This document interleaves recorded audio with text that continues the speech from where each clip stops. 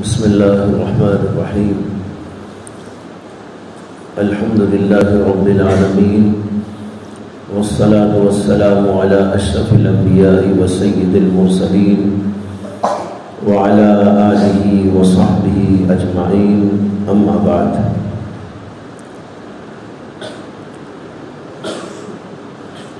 ایک بہت بڑے اللہ والے گزرے ہیں، بڑے عالم فاضل، جن کا نام ہے حضرت مولانا مناظر احسن گیلانی۔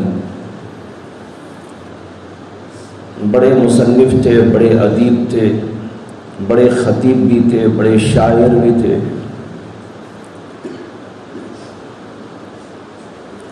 ان کے مکتوبات ہیں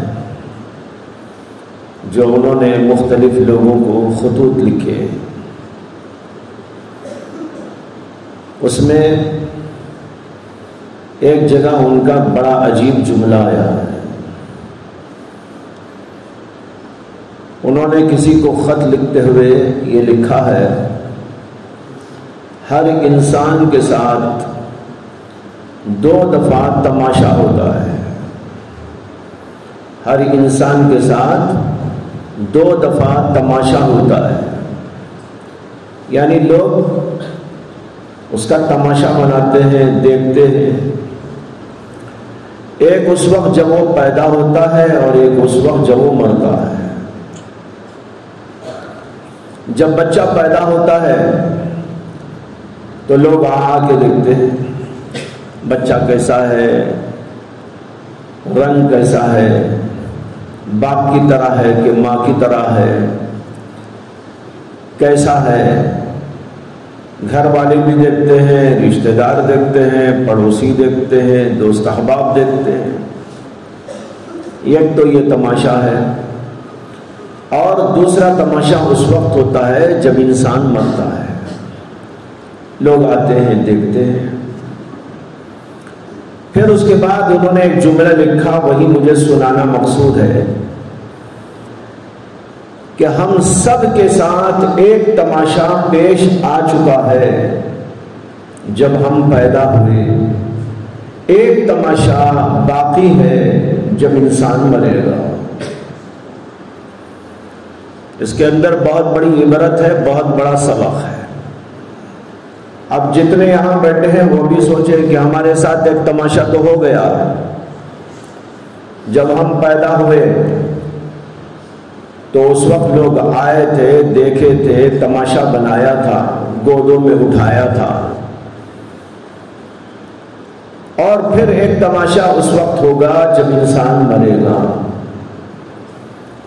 اگر یہ جملہ یاد رہے تو اس کے اندر بہت بڑی عبرت ہے۔ اس لیے میں نے جملہ سنایا، بہت زمانہ پہلے میں نے پڑھا تھا، اب تو کتاب میرے سامنے ہے بھی نہیں۔ مکتوبات اس کا نام ہے، مکتوبات گیلانی اس کا پورا نام ہے، کہیں ملے، ہو سکتا ہے یہاں کتب خانے میں بھی ہو۔ تو اس میں ایک جگہ پر ایک خط کے اندر انہوں نے یہ جملے کسی کے سلسلے میں لکھے اور یہ تبصرہ کیا۔ تو بھائی، موت ایک حقیقت ہے، جیسے کہ پیدائش ایک حقیقت ہے۔ جو بھی پیدا ہو گیا کبھی نہ کبھی اس کے ساتھ موت کا واقعہ پیش آنے والا ہے۔ اسی اللہ نے قرآن کریم کے اندر بھی موت کا تذکرہ کئی جگہ کیا۔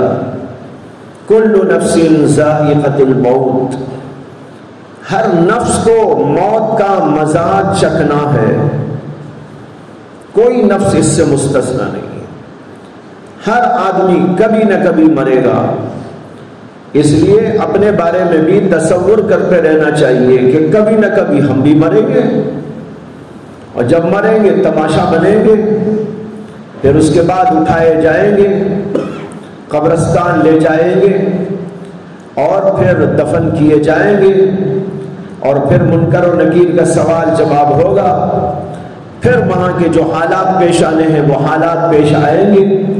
یہ سب وہ حقائق ہیں جو ہر انسان کے ساتھ پیش آنے والے ہیں، لیکن اتنی بڑی حقیقت سے لوگ اس قدر غفلت میں ہیں جس کا اندازہ ہم نہیں کر سکتے۔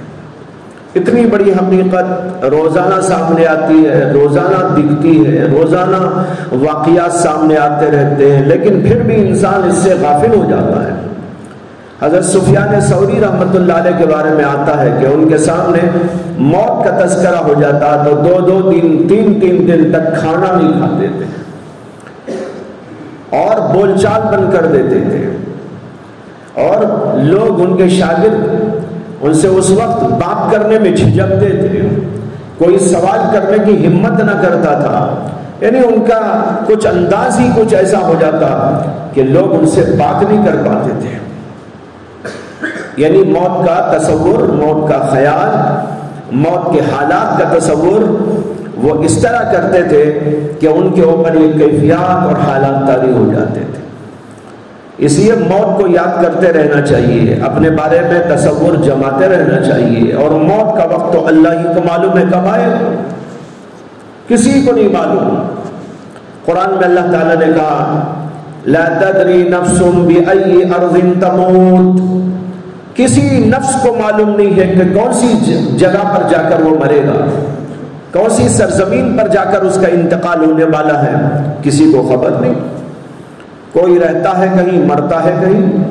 اللہ کی حکمت، اللہ کی مصلحت۔ کہتے ہیں کہ ایک دفعہ حضرت سیدنا سلیمان علیہ السلام کی خدمت میں حضرت اسرائیل علیہ السلام آئے۔ اسرائیل علیہ السلام اور سیدنا سلیمان علیہ السلام آپس میں دوست تھے، دوستی میں وہ کبھی آتے تھے اللہ کا حکم پا کر، اللہ سے اجازت لے کر۔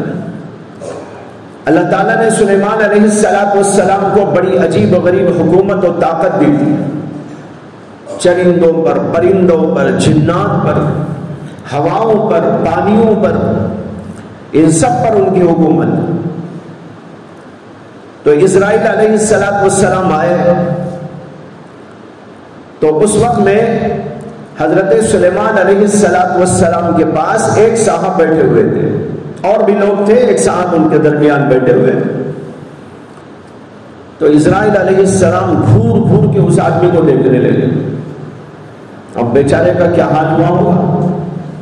اسرائیل علیہ السلام گھور کے ایک آدمی کو دیکھے، نام سن کے ہی کام جاتے ہیں، سامنے سے وہ گھورے تو کیا حال ہوگا؟ تو گھورنے لگے، تو بیچارہ ڈر گیا۔ خیر کچھ دیر انہوں نے بات چیت کی اور اس کے بعد تشریف لے گئے۔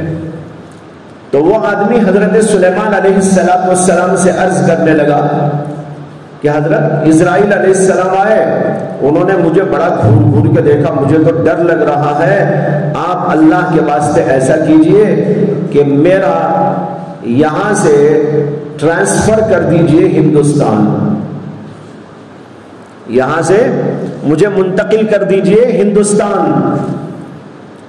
اب ان کی بڑی طاقت تھی، انہوں نے ہواؤں کو حکم دیا کہ بھائی اس آدمی کو لے جاؤ اور ہندوستان میں پٹکاؤ۔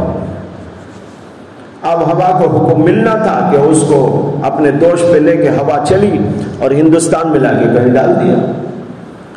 وہ یہاں آیا، اتنے میں اسرائیل آ گئے، وہ ادھر سے ادھر ہندوستان آیا اور اتنے میں اسرائیل علیہ السلام پہنچ گئے اور روح قبض کر لی۔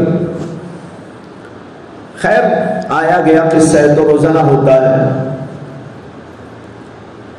اسرائیل علیہ السلام کے لیے تو دن رات یہی کام ہے۔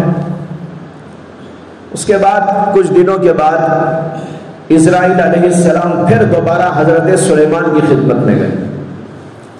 تو سلیمان علیہ السلام نے کہا کہ بھائی تم گزشتہ بار جب آئے تو یہاں پر ایک آدمی بیٹھا تھا، اس کو آپ گھور کے دیکھنے لگے تو وہ بیچارہ پریشان ہو گیا تھا، کیا بات تھی؟ انہوں نے کہا حضرت مجھے یہ حکم ملا تھا اللہ کی طرف سے کہ اس کی روح ہندوستان میں قبض کرو،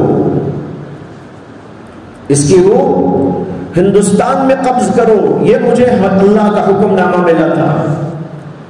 اور وہ آپ کے پاس یہاں بیٹھا ہوا تھا ملک شام میں۔ اب میں سوچنے لگا یہ تو ملک شام میں ہے اور مجھے اللہ کا حکم مل رہا ہے کہ ہندوستان میں اس کی روح قبض کرو، کیسے میں قبض کروں گا؟ اس لیے میں گھوٹ گھوٹ دیکھ رہا تھا۔ خیر اس کے بعد جب میں یہاں سے چلا گیا تو آپ نے اسے وہاں پہنچا دیا، میرا کام آپ نے آسان بنا دیا، میں نے جا کے وہاں روح قبض کر لی، اس کا تو انتقال ہو چکا ہے۔ یہ واقعہ کتابوں کے اندر لکھا ہوا ہے۔ اللہ نے کہا لا تدری نفس بأی ارض تموت، کسی کو خبر نہیں ہے کہ کہاں جا کے مرے گا، کسی کو یہ بھی خبر نہیں ہے کہ کون سے وقت میں اس کی وفات ہوگی۔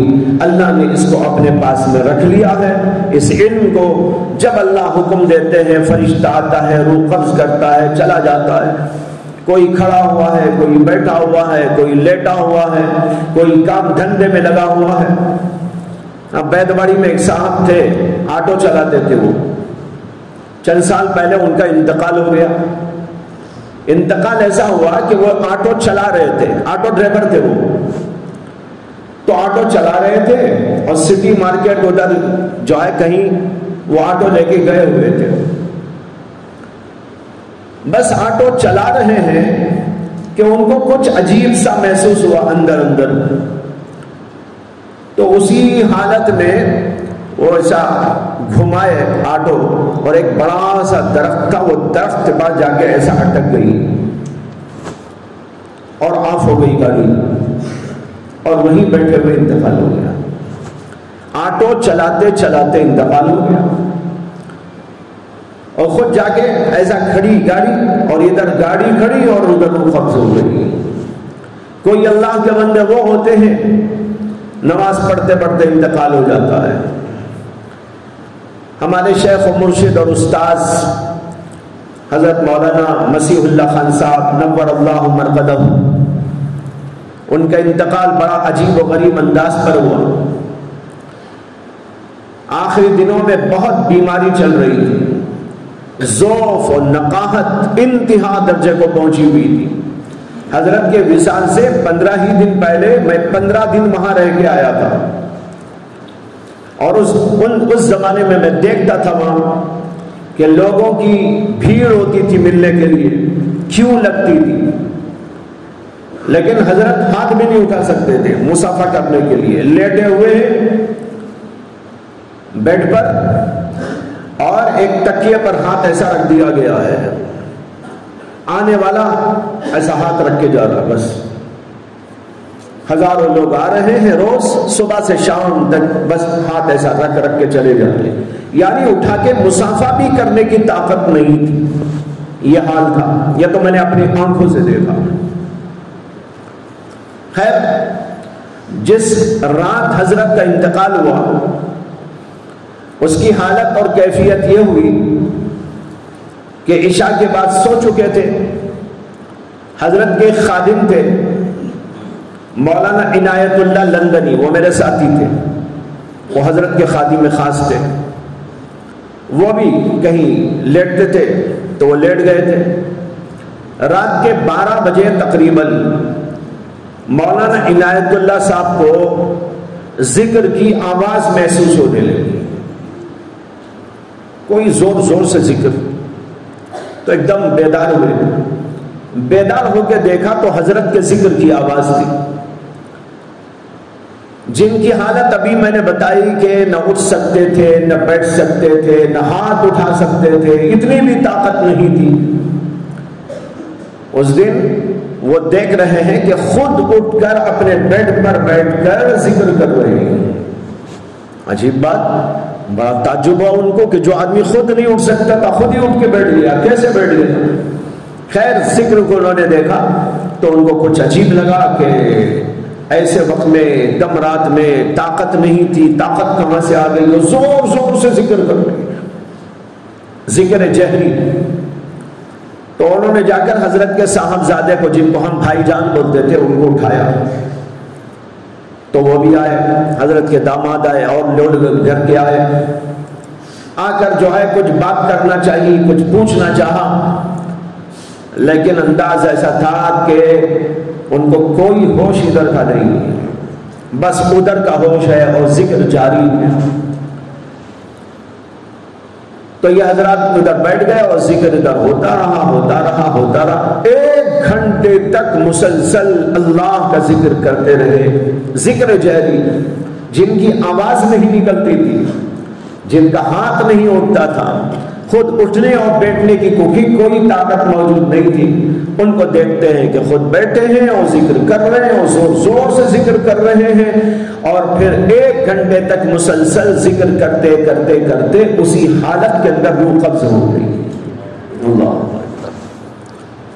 دیکھ رہے ہیں کیسی پیاری موت آئی۔ اللہ کا نام لیتے لیتے انسان دنیا سے چلا جائے، یہ بڑی بھاری دولت ہوتی ہے۔ کسی کو اللہ نماز میں بلا لیتے ہیں۔ ہمارے ایک دوست تھے مولانا عطا اللہ صاحب، بنگلور ہی میں رہتے تھے۔ یہاں جو منہاج نگر ہے وہاں کی مسجد کے اندر وہ امام تھے۔ ان کی وفات بھی بڑی عجیب ہوئی۔ عشاء کی نماز پڑھا رہے تھے، امام بن کر، امام تھے وہ، وہاں نماز پڑھا رہے تھے۔ پہلی رکعت میں انہوں نے سورہ نازیات کا شروع کا رکوع پڑھا، اور پھر اس کے بعد دوسری رکعت کے لیے کھڑے ہوئے، اور دوسری رکعت میں دوسرا رکوع پڑھا، اور دوسرے رکوع میں جب ان آیات پر پہنچے وَأَمَّا مَنْ خَافَ مَقَامَ رَبِّهِ وَنَهَى النَّفْسَ عَنِ الْهَوَىٰ فَإِنَّ الْجَنَّةَ هِيَ الْمَأْوَىٰ۔ یہاں پر پہنچے تو ان کو کچھ ایسا ہوا کہ ڈھیلے سے ہو گئے، اور ایک دم انہوں نے رکوع کیا اور اس کے بعد سجدے میں چلے گئے۔ جو سجدے میں گئے تو بس اللہ کے پاس پہنچ گئے۔ یہ بنگلور میں چند سال پہلے کا واقعہ، میں نے اپنی کتاب حسن خاتمہ میں بھی اس واقعے کا ذکر کیا ہے۔ دیکھ رہے کیسی پیاری موت آئی، اللہ کے سامنے کھڑے ہیں، اور آیت بھی کون سی؟ وَأَمَّا مَنْ خَافَ مَقَامَ رَبِّهِ وَنَهَى النَّفْسَ عَنِ الْهَوَىٰ۔ جو آدمی اللہ تعالیٰ کے سامنے کھڑے ہونے کا خوف کھاتا ہے، بھائی مجھے ایک نہ ایک دن اللہ کے سامنے کھڑا ہونا ہے، جواب دینا ہے، میرے اعمال کا حساب کتاب مجھ کو چکانا ہے۔ جو یہ ڈرتا ہے، گھبراتا ہے، وَنَهَى النَّفْسَ عَنِ الْهَوَىٰ، اور اس کے ساتھ گناہوں سے رک جاتا ہے، باز آ جاتا ہے، کیا نتیجہ ہے اس آدمی کا؟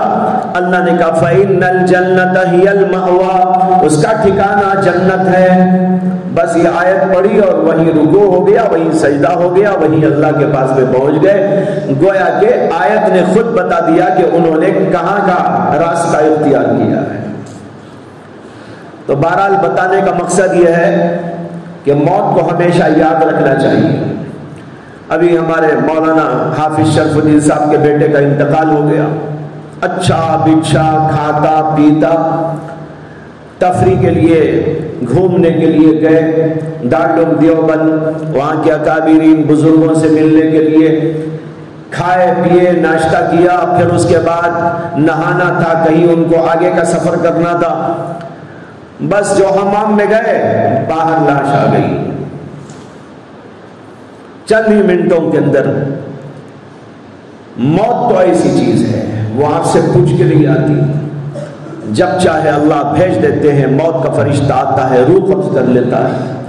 اس لیے ہر وقت اپنے آپ کو تیار رکھنے کی کوشش کرنا چاہیے۔ ہمارے حضرت مولانا مسیح اللہ خان صاحب نور اللہ مرقدہ نے وفات کے چند سال پہلے وہ بہت بیمار ہو گئے۔